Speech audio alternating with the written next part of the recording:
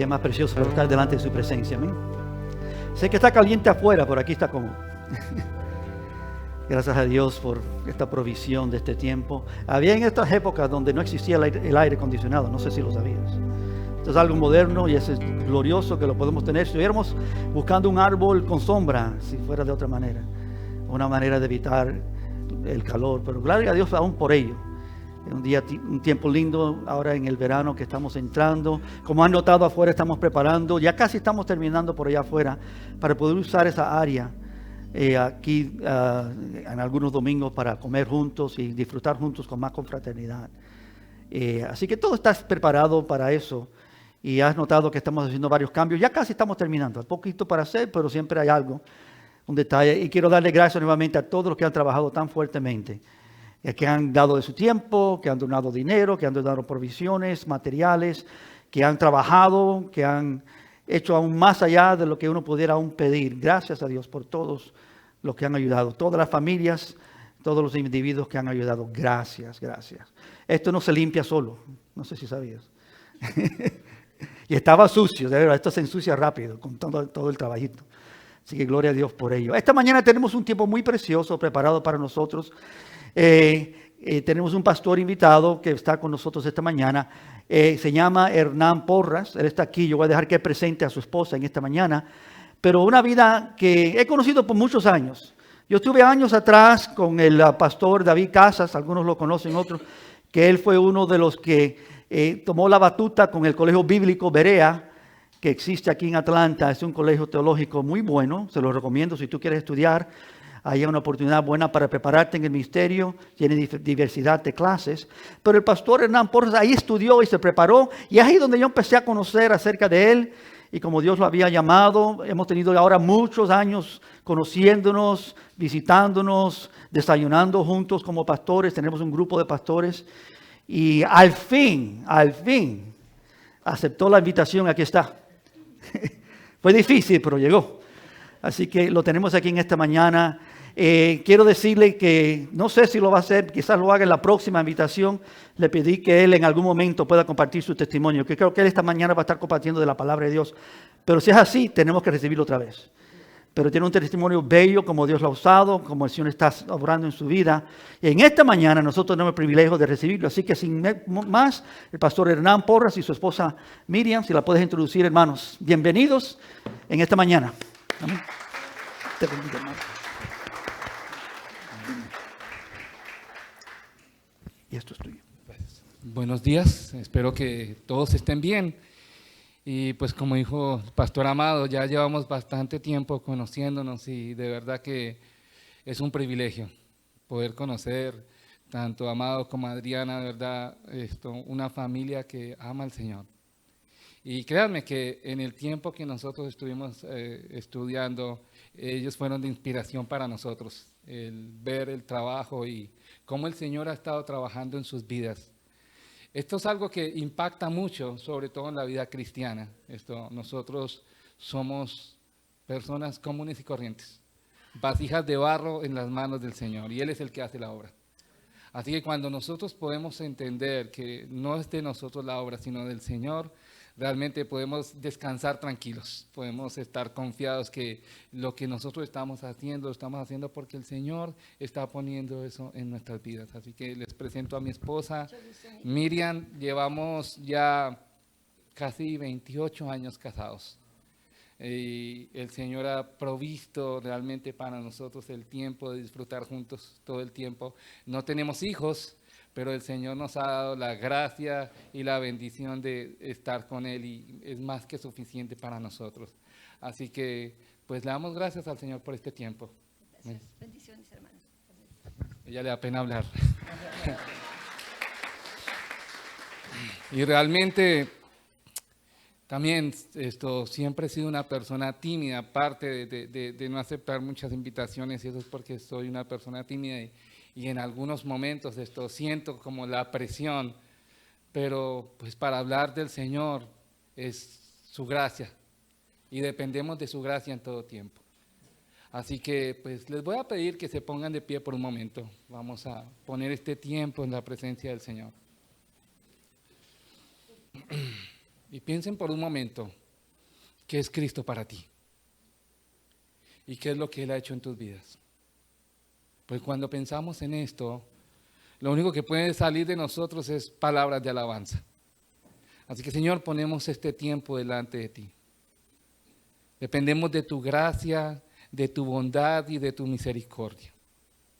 Sabemos que todo lo bueno que nosotros podemos hacer es tu gracia trabajando en nosotros. Las cosas que las personas ven en nosotros y lo que nosotros podemos mostrarle al mundo es solamente tu bondad y tu presencia en nuestras vidas. Así que te damos gracias, Señor, en este día. Y te pedimos que a través de la palabra que vamos a ver hoy, todos seamos exhortados, que seamos edificados y que podamos realmente entender que vivir una vida cristiana demanda una vida de testimonio. Así que en ti nosotros ponemos este tiempo, en Cristo Jesús. Amén. Hermanos, pueden sentarse. Y pues como lo dijo el pastor Amado, esto siempre dar un testimonio cuesta. Sobre todo por todo lo que el Señor ha hecho en la vida de cada uno de nosotros. Cada uno diría esto, pues yo tengo un testimonio, yo tengo palabras para hablar y decirle a cada uno de lo que Dios ha hecho en mi vida. Pero realmente debemos enfocarnos en que Cristo es nuestro todo. Así que la predicación que voy a tomar hoy, realmente tiene 3 puntos básicos.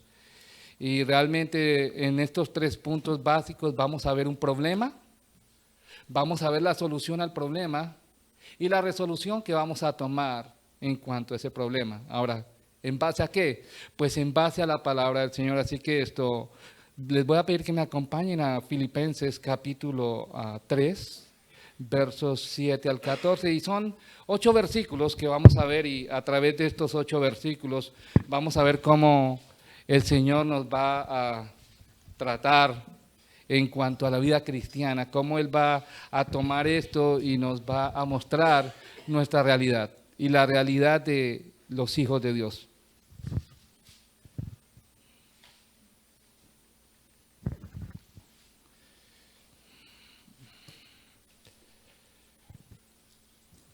¿Están listos? Ahora, Pablo escribe esta carta a la iglesia de Filipos en un momento crítico de su vida. Bueno, todos conocemos, él estaba en la cárcel, pero no es tanto el estar en la cárcel. Es ver a los hermanos que están pasando dificultades en estos momentos y no poder estar con ellos. Es ver que los hermanos están experimentando situaciones difíciles. Y al ver a los hermanos experimentando estas situaciones difíciles, lo único que él puede hacer en este momento es escribirles una carta. Pero en esta carta, él les va a manifestar realmente lo que significa vivir una vida cristiana. Por eso el título de la predicación se llama La vida cristiana no ha cambiado.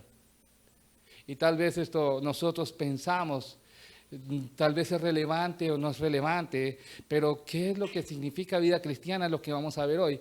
Ahora, él responde a las inquietudes del mundo de hoy con estos versos. Si me acompañan, versos 7 al 14, dice: pero cuantas cosas eran para mi ganancia, las he estimado como pérdida por amor de Cristo.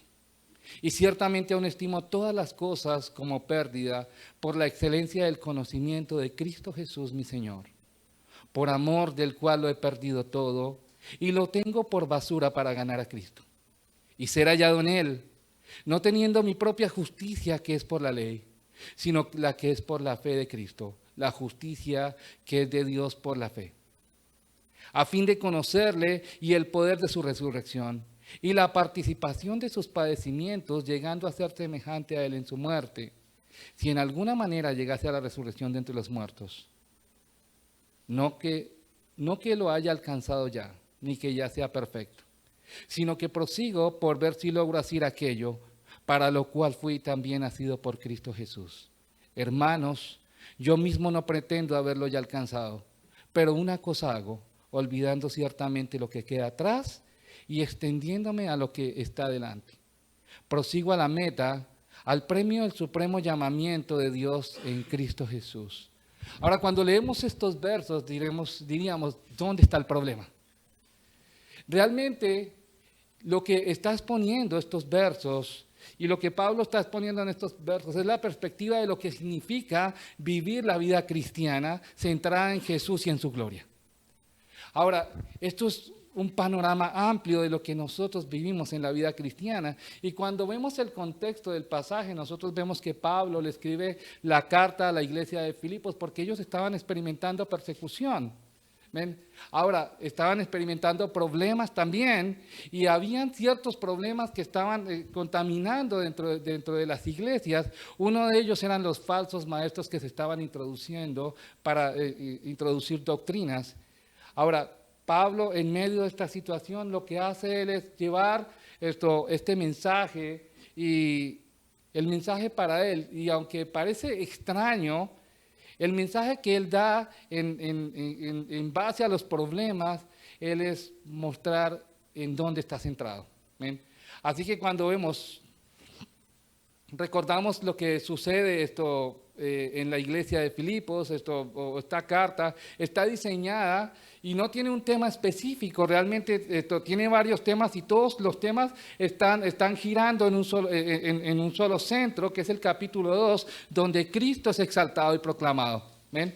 Entonces, cuando nosotros vemos el capítulo 2 y vemos todo lo que Pablo está diciendo, que sean de un mismo sentir como Cristo, ¿cierto? Que Cristo es el centro de todo. Llegamos al capítulo 3 y él está mostrando, hay personas que se están introduciendo en la iglesia, están dando falsas enseñanzas, pero el tema central siempre va a ser ¿quién? Cristo. Ahora, él expone todo lo que nosotros estamos viviendo en este momento. Ahora, cuando nosotros vemos y vamos a ver el problema realmente no está en el texto que nosotros estamos leyendo. Para nosotros el problema es contemporáneo. Porque cuando hablamos acerca de la vida cristiana y la manera que nosotros vemos estos versos, nos vemos muy lejos.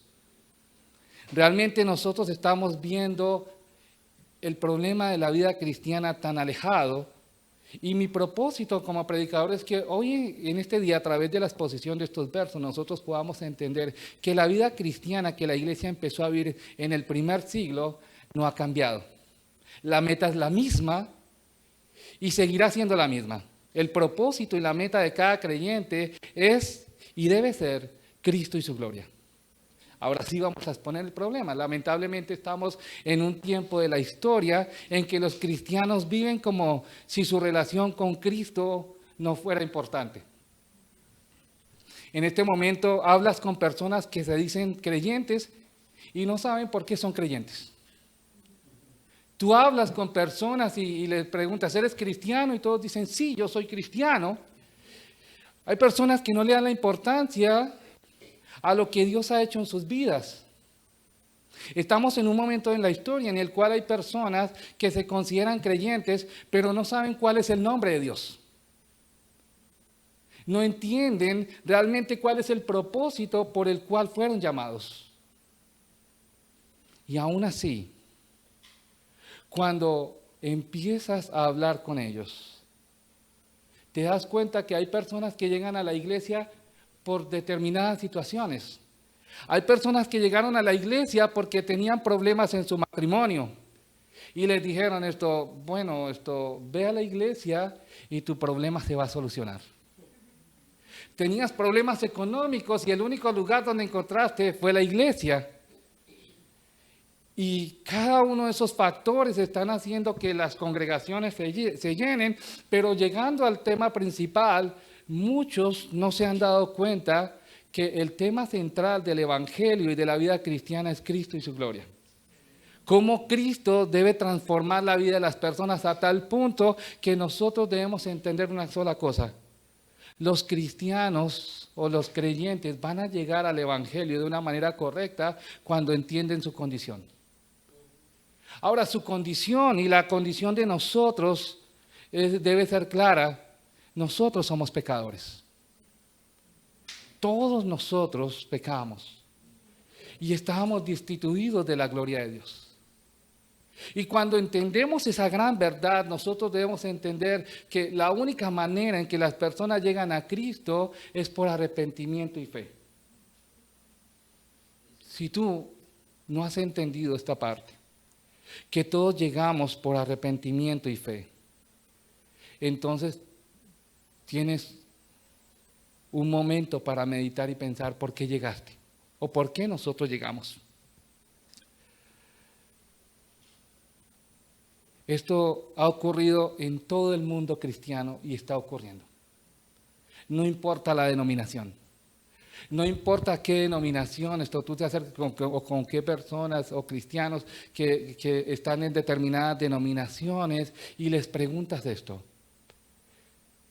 La mayoría de las personas no van a entender por qué llegaron a la iglesia. Algunas personas llegaron a la iglesia porque se sintieron bien, lo recibieron bien. Algunas otras porque su esposa o su esposo fue, y si a ella le sirve, pues a mí también me sirve. Pero no nos damos cuenta de la gran realidad que el Señor habla a través de su palabra. Y como Pablo lo lleva hasta este punto, el tema siempre va a ser Cristo. Por eso en los versos 7 al 8, Él nos derriba con estas palabras. Noten cómo otra vez volvemos al texto y dice, pero cuantas cosas eran para mi ganancia, las he estimado como pérdida por amor de Cristo. Y ciertamente aún estimo todas las cosas como pérdida por la excelencia del conocimiento de Cristo Jesús, mi Señor, por amor del cual lo he perdido todo y lo tengo por basura para ganar a Cristo. Ahora noten que cuando llegamos hasta este punto, entonces nosotros diríamos, ¿cuál es entonces la vida cristiana o cómo nosotros podemos vivir una vida cristiana? Pues si me acompañan a Juan capítulo 17, verso 3, Jesús hablando acerca de la vida cristiana o acerca de la vida eterna. ¿Ven? Cuando hablamos acerca de la vida eterna, nosotros relacionamos la vida eterna, la vida cristiana, ¿cierto? Nuestra vida en Cristo de una manera. Ahora, Jesús nos va a dar dos pautas para nosotros saber si estamos viviendo vidas cristianas. Y lo primero que Jesús nos dice en Juan capítulo 17 es claro.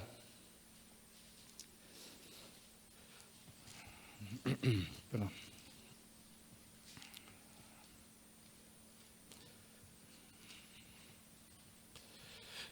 Jesús en Juan capítulo 17 nos dice, y esta es la vida eterna, que te conozcan a ti, el único Dios verdadero, y a Jesucristo a quien has enviado. Ahora tú le preguntas a una persona, ¿conoces a Dios? Y la mayoría de las personas nos va a decir, sí lo conozco. ¿Cuál es su nombre? Perdón. ¿Cuál es su nombre? Para ti, creyente, ¿conoces el nombre de Dios? ¿Cuál es su nombre? Bueno, la Reina Valera nos dice en Isaías 42, 8, Jehová es su nombre. Y nos dice, a otro no daré mi gloria. Algunos tienen la expectativa y dicen, bueno, el nombre de Dios es Jesús. Pero noten que Jesús está diciendo que el propósito de la vida eterna, el propósito de la vida cristiana es que nosotros conozcamos a Dios. ¿De qué manera nosotros conocemos a Dios? ¿De qué manera tú estás entablando una relación con Dios o yo estoy entablando una relación con Dios? Recuerden que nosotros éramos enemigos de Dios. Éramos esclavos y estábamos ciegos. Y saben que la realidad y lo peor de todo es que no lo sabíamos. Los que están afuera no saben que son ciegos, no saben que están muertos y no saben que son esclavos del pecado. Ellos están viviendo sus vidas y ellos piensan que eso es lo que significa vivir vidas. Pero cuando la verdad del Evangelio ilumina el corazón del hombre, lo primero que hace en nuestras vidas es claro, nos muestra la condición en la que nosotros nos Nos muestra que estábamos perdidos, alejados de Él, sin esperanza y sin Dios en el mundo. Por eso lo más importante para vivir vidas cristianas es que nosotros conozcamos la realidad, quién es Dios y quién es Jesucristo para ti. Y lo que podemos determinar de acuerdo a esta situación es que al parecer se ha olvidado que la vida cristiana no empieza con un automejoramiento, sino con la convicción de pecado y con un arrepentimiento genuino y una muerte al yo. Pablo dice en Gálatas 2:20, con Cristo estoy juntamente crucificado y ya no vivo yo, mas vive Cristo en mí. Y lo que ahora vivo en la carne, lo vivo en la fe del Hijo de Dios, el cual me amó y se entregó a sí mismo por mí. Hermanos y amigos, no se trata de moralizar el pecado. Algunas veces dejando de hacer las cosas sin un cambio interno. Es como el hombre que trata de dejar el cigarrillo y lo que usa para dejar el cigarrillo se pone un parche o empieza a comer chicles, pero no se ha dado cuenta que su problema es interno y que hay una raíz y su raíz radica en los deseos. Tampoco se trata de trabajar en exceso.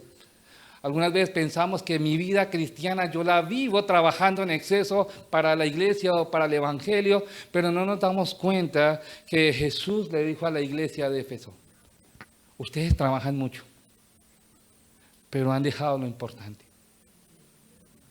Y algunas veces no nos damos cuenta de eso. Nosotros pensamos que estamos haciendo para la obra del Señor todo, pero no nos hemos dado cuenta que dejamos lo primordial. Entonces, ¿qué significa vivir vidas cristianas?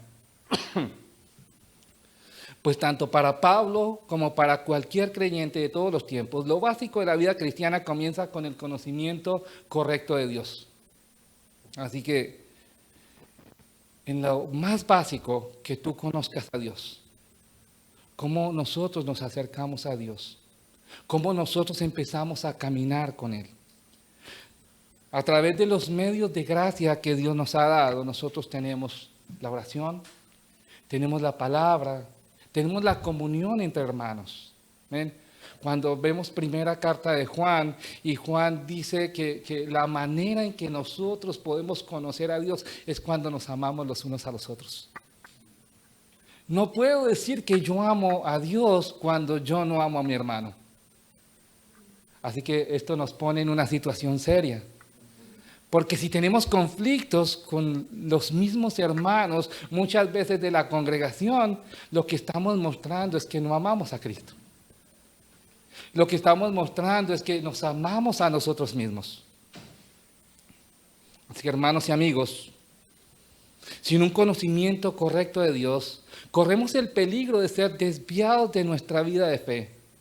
Y esto hará que vivamos bajo nuestros propios criterios, pensando que al Dios que estamos adorando le podemos servir como queremos y a la hora que queremos y con los recursos que nosotros disponemos, pero no con un corazón para Él. Porque muchas veces pensamos que Él es el que está sujeto a nuestra disposición y a lo que nosotros le pidamos, como si nosotros ordenáramos y Él fuera un sirviente para nosotros. Y muchas veces lo vemos.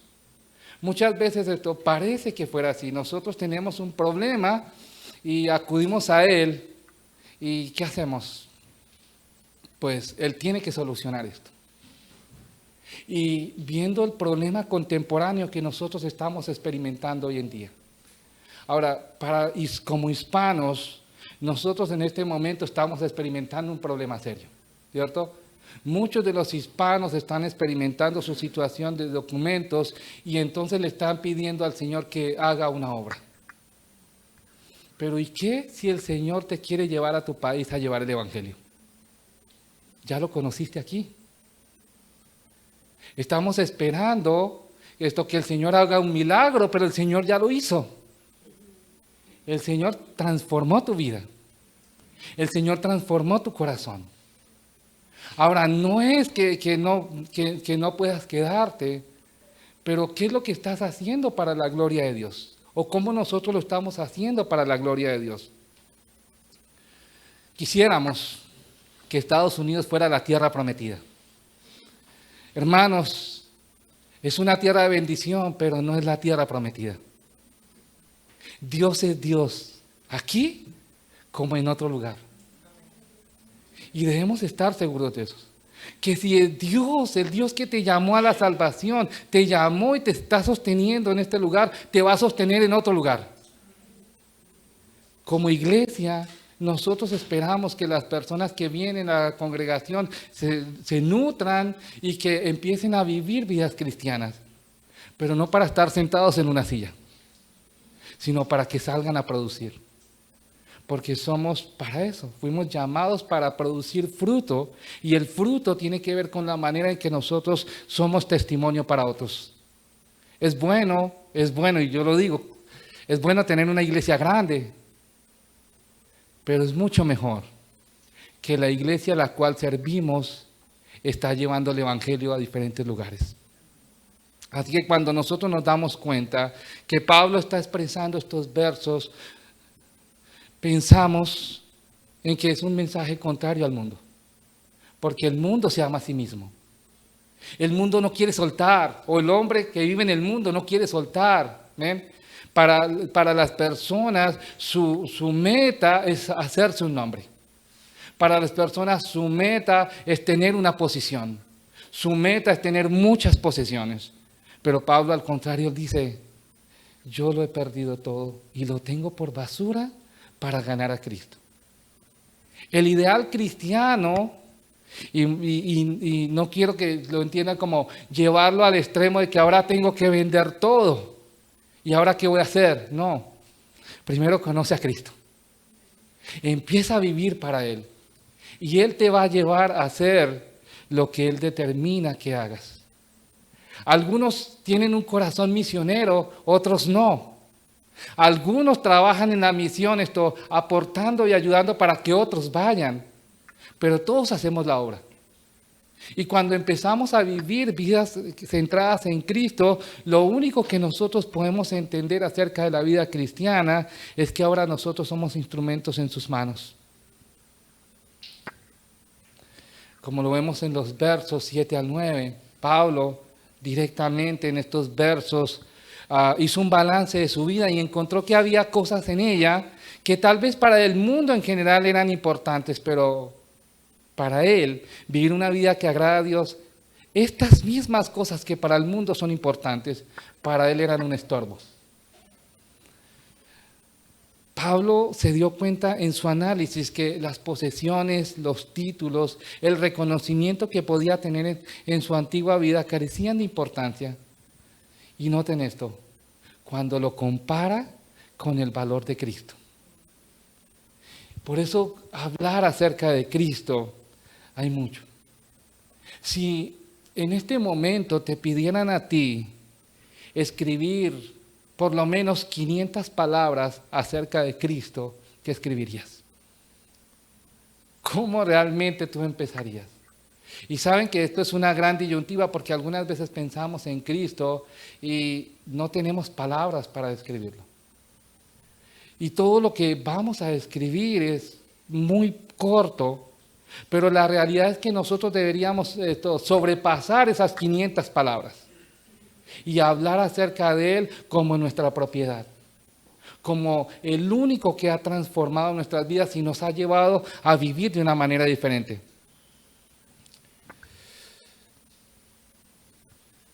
Ahora, cuando vemos la respuesta, vimos el problema no lo estamos viendo. Obviamente la iglesia de Filipenses tenía ese gran problema que la estaban persiguiendo, que se estaban introduciendo doctrinas, y la manera que Pablo está desarrollando la respuesta a eso es, como les dije antes, desarrollar un tema en cuanto a lo que él está viviendo en Cristo. La respuesta la vimos. La respuesta es conocer a Dios. Esa respuesta nos está mostrando que la única manera de nosotros poder vivir vidas cristianas es cuando tenemos un conocimiento correcto de Dios. ¿Qué conocemos acerca de Dios o cómo nosotros lo conocemos? Hermanos, la única manera que nosotros tenemos para conocer a Dios está en su palabra. No hay otro libro que nos hable acerca de Dios. Obviamente van a haber otros libros, pero cuando nosotros hablamos acerca de la palabra y cuando hablamos acerca de solo escritura, solo la escritura, solamente los 66 libros que fueron conectados en el canon, nos están dando un conocimiento correcto de Él. Ahora, ¿qué conocemos acerca de Dios? ¿Cómo Él obra? ¿Para qué fuimos llamados? Pues si me acompañan en Romanos capítulo 8, versos 28 en adelante.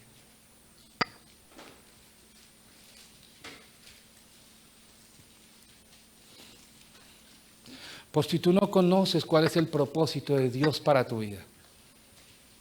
Algunas veces le preguntamos a personas cuál es el propósito de Dios para tu vida y muchas veces no lo sabemos o no sabemos responder porque estamos pensando en nuestros propios planes. Dios quiere que sea exitoso, Dios quiere que haga muchas cosas, pero realmente el propósito es uno solo.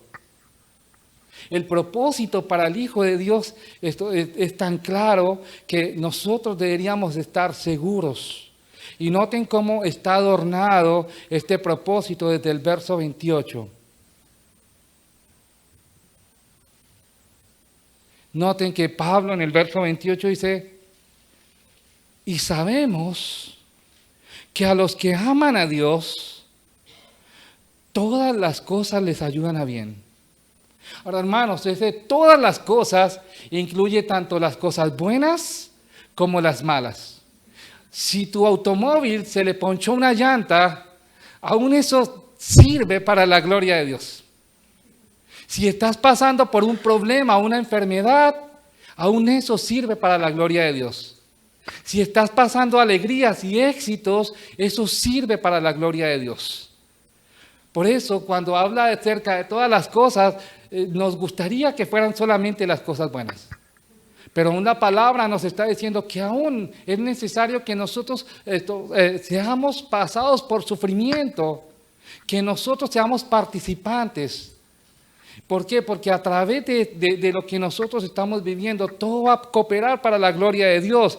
Así que nos está diciendo, verso 28, y sabemos que a los que aman a Dios todas las cosas les ayudan a bien. Esto es a los que conforme a su propósito son llamados. No es tu propósito, no es mi propósito, es el propósito de Dios.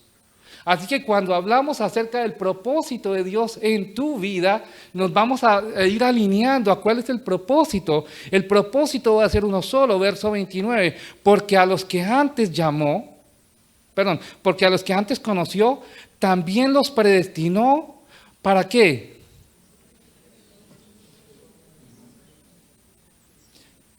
Porque a los que antes conoció, también los predestinó para que fuesen hechos conforme a la imagen de su Hijo. No hay mayor propósito que tú seas conformado a la imagen de Cristo Jesús. Y saben que hay un autor que escribió el libro Mero Cristianismo, C.S. Lewis. Él habla acerca de esto y él dice esto: Dios empezó la obra en ti y Él no se va a detener. Él no se va a conformar con menos. Porque Él estableció que Cristo va a ser formado en tu vida y va a ser formado.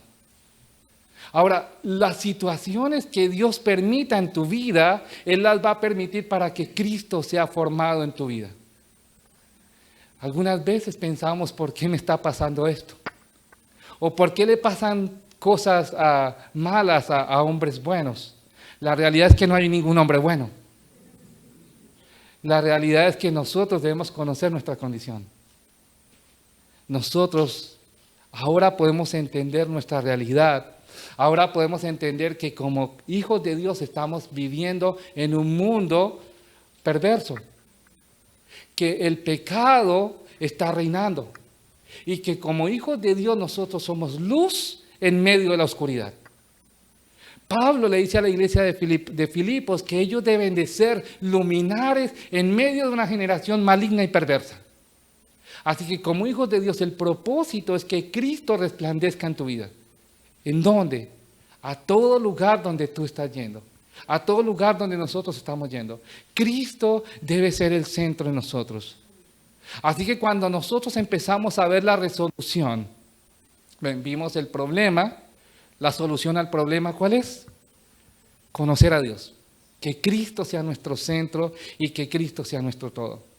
Punto número 3, la resolución de vida o la resolución a nuestros problemas.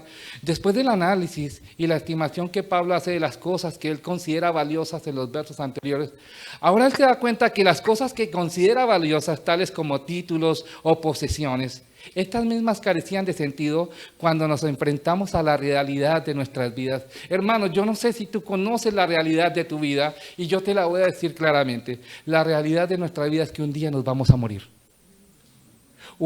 Si el Señor no viene antes, tú y yo vamos a morirnos. Así que en ese momento, tus deseos de grandeza, tus deseos de título, tus deseos de todo, van a quedar ahí. Y Pablo nos lleva hasta este punto. ¿Ven?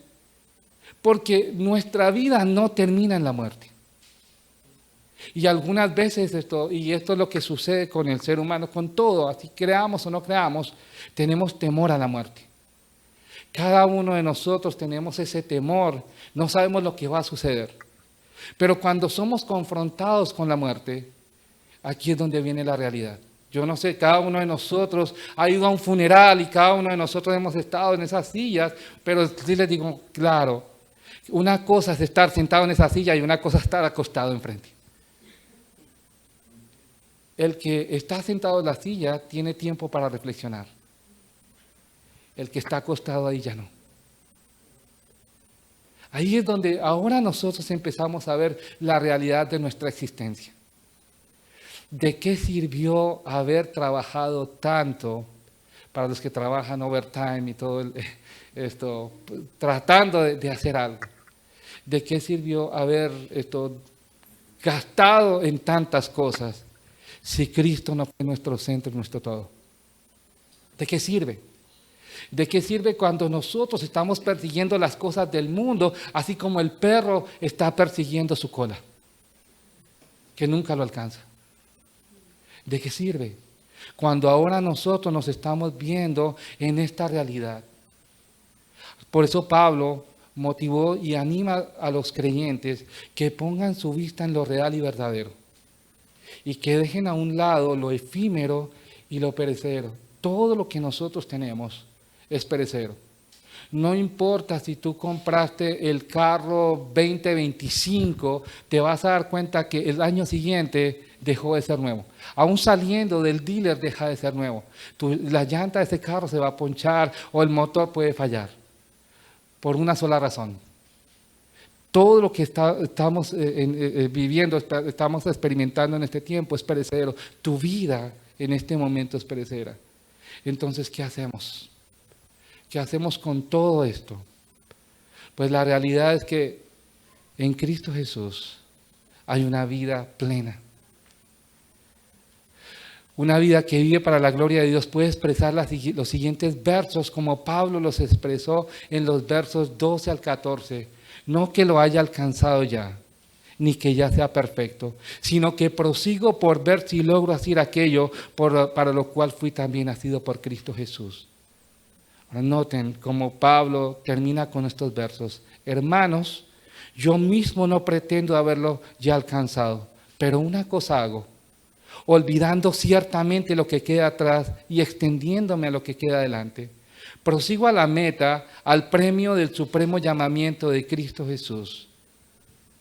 Y noten que a través de estos versos vemos que Pablo toma varias resoluciones. Resolución número 1.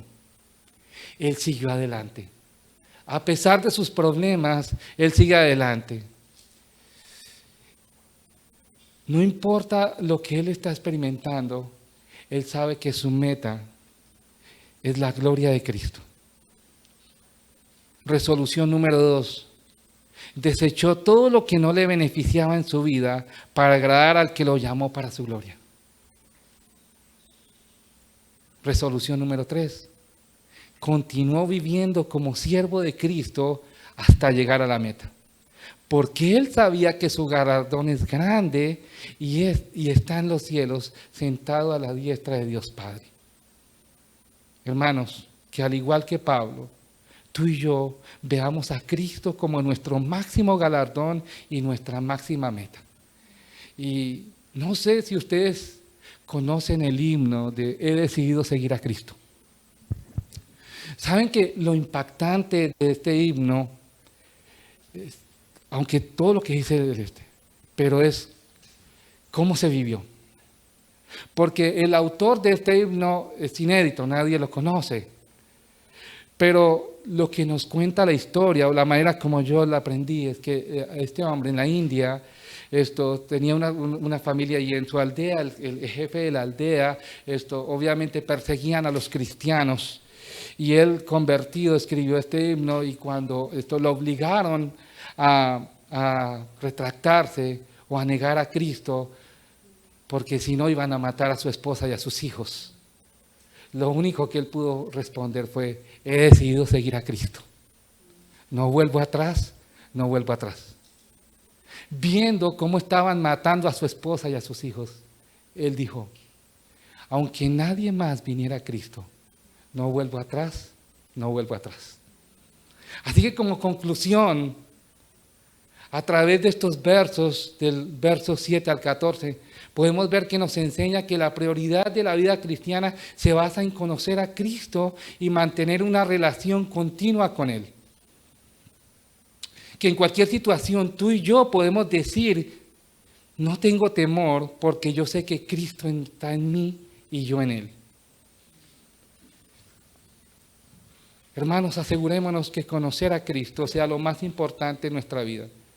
Pues al confiar en Cristo y aceptar su justicia, seremos hallados obreros fieles, esperando confiadamente en el día de su venida y nuestra resurrección con Él. Esa es la meta del cristiano. Que tu meta como hijo de Dios sea conocerlo a Él en todas tus situaciones. Que cada situación que tú estés viviendo, sepas que Él está contigo. Que Él es nuestra esperanza y nuestra guía. No importa en el lugar donde tú estés y en la situación que tú estés. Como Pablo dijo, Cristo es el todo en su vida. Hermanos, les voy a pedir que se pongan de pie.